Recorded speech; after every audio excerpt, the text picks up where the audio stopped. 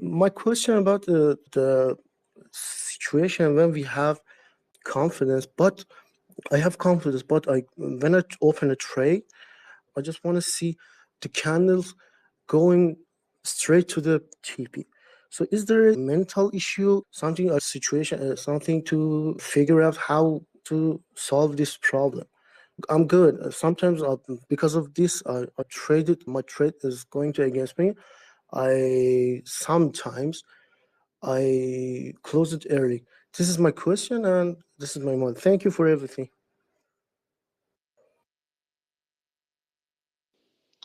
Well, I'll take a stab at it. It sounds as Thank you.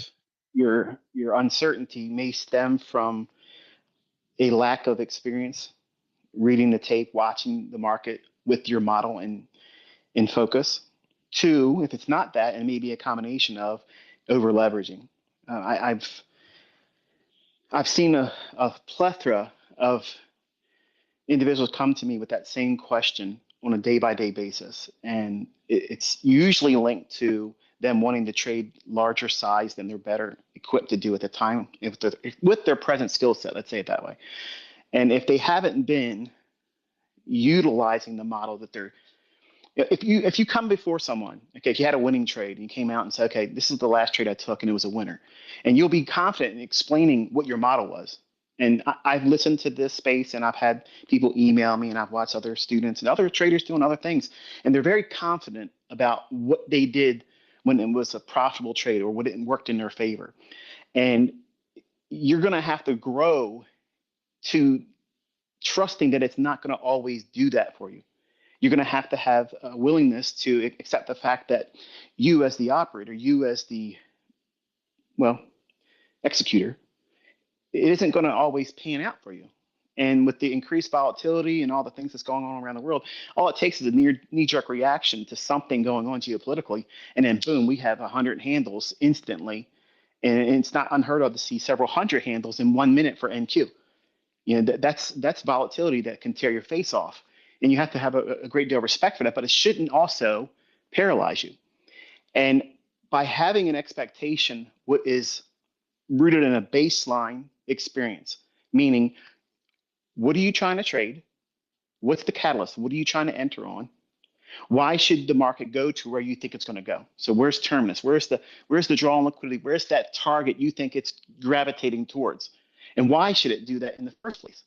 And if you're not confident that these things that you're leaning on to ascertain that information, if it's not uniform and consistent each time you do it, then it's normal for you to feel uncertainty. It would be not normal, okay, for anyone else to feel that way. So if you don't have the model well framed, written, and then you review it on a day by day basis, not tweaking it, not trying to add new things and parameters and settings and whatnot, simple things. Why are you going to get in the market going up? Pax made it perfect. I say the same thing. You only have 3 functions as a trader: do nothing, buy, or short. It's as simple as that. Now, if you know what you're looking for, if there's so many things that's indicating to you as someone that's been studying price action, everything seems like it wants to go up. It's so richly illustrated in price action that it wants to run old highs. It wants to go to these old highs. Well, chances are you probably are going to look for a long in that. So then you have to know what it is you're going to use as a catalyst to get into the trade. So what's your function for entry? And as I teach us, there's several PD arrays depending upon where you're at in that price leg. Once it starts, then you're going to have to, resign yourself to what is at the market right now. And you're going to just forego the opportunities that were afforded to people that were more astute at the time, the deeper discount entries on a long position. But that doesn't mean just throw it away because you couldn't get that low entry. But expecting the price to run away, this is what I get. If not more than anything, then tell me what the bias is, Michael. Tell me how to know when it's going to go up or down. The second highest requested information, and I've said it many times in lectures, I've said it many times here with Kit's audience and the things I've done in my own Twitter spaces and whatnot, is how can I learn to trust the move that I'm in? Because I want the run to get right to my target and be done with it. And I'm telling you, there's no shortcuts to this. It has to be endured. It has to be done over time, over weeks, months, and years. And traders, I can tell you still to this day, there's some trades when I'm getting in there, I know I've put on more size than I probably should have. Once I get in the trade, then it becomes real clear. I probably put a little bit too much size on this one. And I want it to run. I feel that same impulse that any one of you, that if you're brand new to trading, you want it to just quickly get to your target because that uncertainty. So what I do is I practice what I preach. If I feel like I'm emotionally attached to that trade, I got to scale out of it. And the first thing I do is cut half of it off. Now, some of you might think, well, that's too much of a haircut. I'm not going to take that much off the trade. Because what happens if it runs and I could have got that big run? See, I've been doing it long enough to know that I don't need that next big win. I don't need the next trade to be a big windfall victory. I don't need that. I just want it to follow the model. And I need to make sure that I'm executing under the premises that I've outlined for that model and stay stringent to it, adhering to just that only. So over time, watching your price action with that model, that means no executions in the beginning. This is how you condition yourself. You have to trust what you're doing is a viable model. Just looking at it in static price action in the past, that's noteworthy and that's good for back testing purpose, but that's what a neophyte starts with, and they don't stay there very long. They have to graduate to then watching price action live. That's tape reading. But you can't press the button yet. You can't do that because what you're going to do is you're going to train yourself to be impulsive to reactionary. So what'll happen is, and this is how it happened for me, and a lot of my students will confess if they're being honest, they'll tell you the same thing. And anybody else using some other method would probably tell you too if they're being honest. You know what your model is. You know what you're trying to trade on. But then you can't stand the impatience of not waiting for the actual setup. You sit there and you anticipate the setup. You anticipate the entry, and you get in before you should. What do you think that's going to do for your subconscious? You're inflating the necessity for that outcome to be favorable for you, much more than it would be if you simply would have used the model entry. What was the mechanism that gets you in? Buying a fair value gap, buying a breaker, some kind of support idea.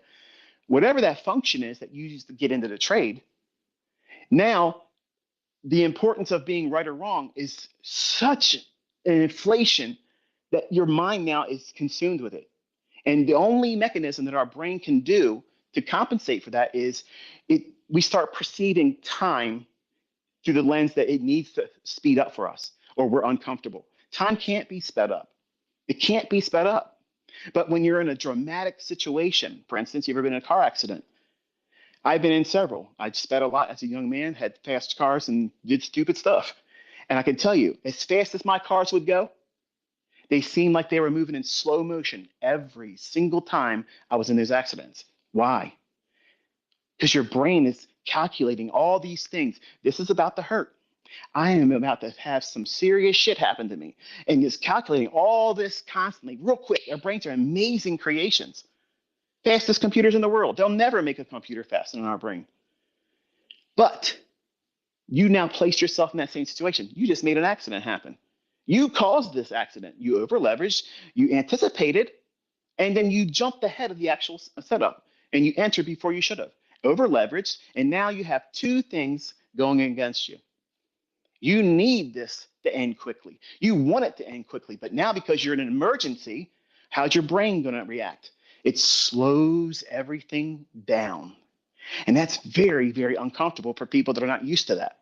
There's a lot of wonderful things you can do as additional studies and case studies for how the brain works, how it perceives stress and anxiety. All these things are actually beneficial for someone like we as traders because we use our brain. We use our brain to determine whether there's a viable risk to be assumed. Is it worth to take that risk?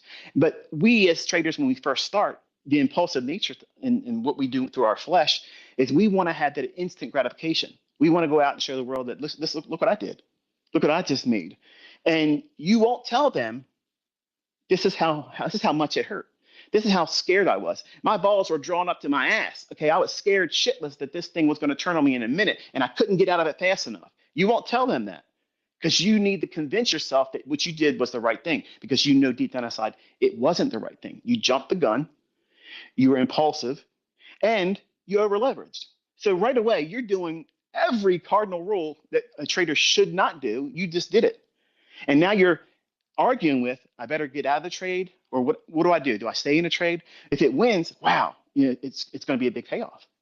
But if I lose, I already know I did the wrong thing. This is going to suck. So you're caught in this loop while your brain is completely compressing time. It's still the same time everybody around you, but for you, it's dragging. Every 1 minute candle feels like 60 minutes, and they're just stretching out real slow, real painful. So to alleviate any need for going through that, you got to do things properly. That means back test until you understand the model. Once you understand the model, then you have to place yourself in front of price action. But you can't place yourself in front of price action while risking money when you don't know what the hell you're doing. The only thing you're doing when you do that is you're feeding bad habits of concern about the outcome being favorable versus is price continuously giving me feedback? Is every single one of these candles printing supporting price? Every down close candle supporting price action to the upside? Yes. Okay, that's all I'm focused on. I don't give a shit whether my stock gets hit or if I get my first partial exit or if it goes to target. I'm watching every single candlestick as it's printing. I'm getting immediate feedback. I want to know, is everything that I'm expecting to see in price action, is this price swing still holding true to what my initial expectations were on it? And if you are focused on that, you're not over leveraged, you waited for your signal, you waited for that setup to be there. And when it was there, your order was executed because true professionalism is going to be in the form of a limit order because you know what you're looking for. You're getting your price. Marketing in, sure, you can do it. But I want you to go in with your limit orders because that way you're getting the price that you want. You're letting the price in the market come to you. That means you're exercising more discipline, patience. You're not chasing price action. We're not buying it when it's going up. We want it to come down into that fair value gap. When it hits it, then we have immediate feedback. Does it stay in the upper half of it? That's what we want to see. If it stays in the upper half of it, what does that do? It gives you confidence. You can't worry about your stop loss getting hit or the elation of you getting to your target if you're focused on every single candlestick and what that criteria is matching for the model. If you haven't spent the time watching price action, building up to that level of experience, seeing it without monetary risk, without the reward, without the punishment of being wrong, that's the missing piece that everybody skips over. They all just want to get out there and start making money. I want to be the next guy that makes $1 million. I want to be able to go and say, this is what I just got to pay out. I just hashed out this much millions. And it only took me this much time. I'm not trying to, reduce what these people are doing because it's commendable. It's wonderful. I know what it feels like to make that first $1 million, but wait till they have what it feels like when you lose $1 million. You want to puke your guts up. You don't want to get out of bed. You don't want to face your wife and kids. You don't want to do that because you caused it. So to avoid those types of things prematurely, you have to do the right things. That means there's a step in a place for everything. And wanting to see the candles run to your target, everybody wants that, man. Everybody wants that. But not over leveraging, not rushing the setup, not predicting or anticipating the setup before it's there, just because you can't stand the impatience of waiting for it to come up. That's indicating, here's what it's showing you. You haven't done enough work watching real price action and trusting that the model that you're looking for delivers. You just know that there's something to it. So the lottery's $950 million. Everybody's probably buying a ticket. If I don't buy one, shit, I can't win it. So let me just get there and just blow $50 on it. It's impulsive. And you can't be impulsive about your trading. Because if you remove all the things I've talked about here, it won't fix everything because you're still going to bring baggage to it, your own, quirky things, their personality problems. We all have them, character flaws. But it'll do the most in terms of staving off these things and help it a little bit more streamlined, get to your outcome that you want.